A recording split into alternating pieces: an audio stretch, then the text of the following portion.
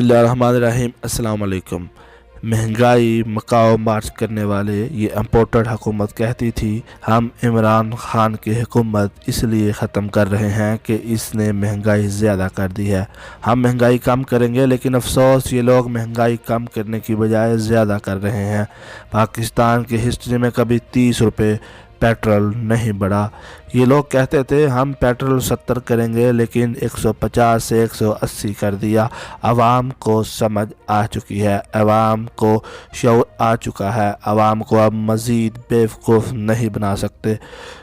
आवाम तुम लोगों को रिजेक्ट करेगी। ये लोग आवाम को रिलीफ देने नहीं बल्कि ख़ुद को रिलीफ देने आए हैं।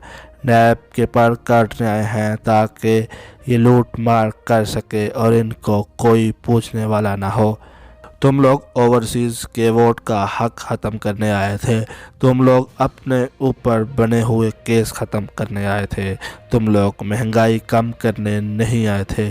तुम लोग अब आवाम से नहीं बच सकोगे। आवाम तुमको रिजेक्ट करेगी, ऐसा रिजेक्ट करेगी तुम लोगों की नस्लें याद रखेंगी।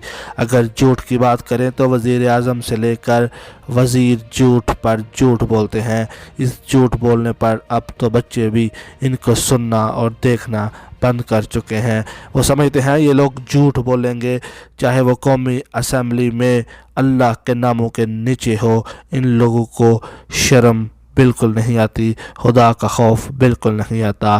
गरीब आवाम का जीना मुश्किल हो गया है।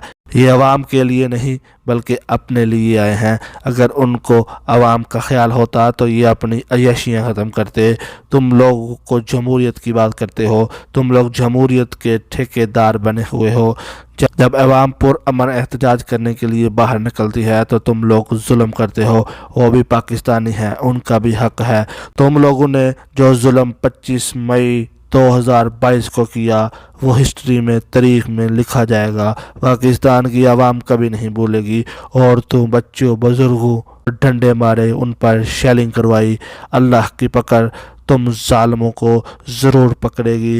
इंशाअल्लाह अल्लाह अल हक है।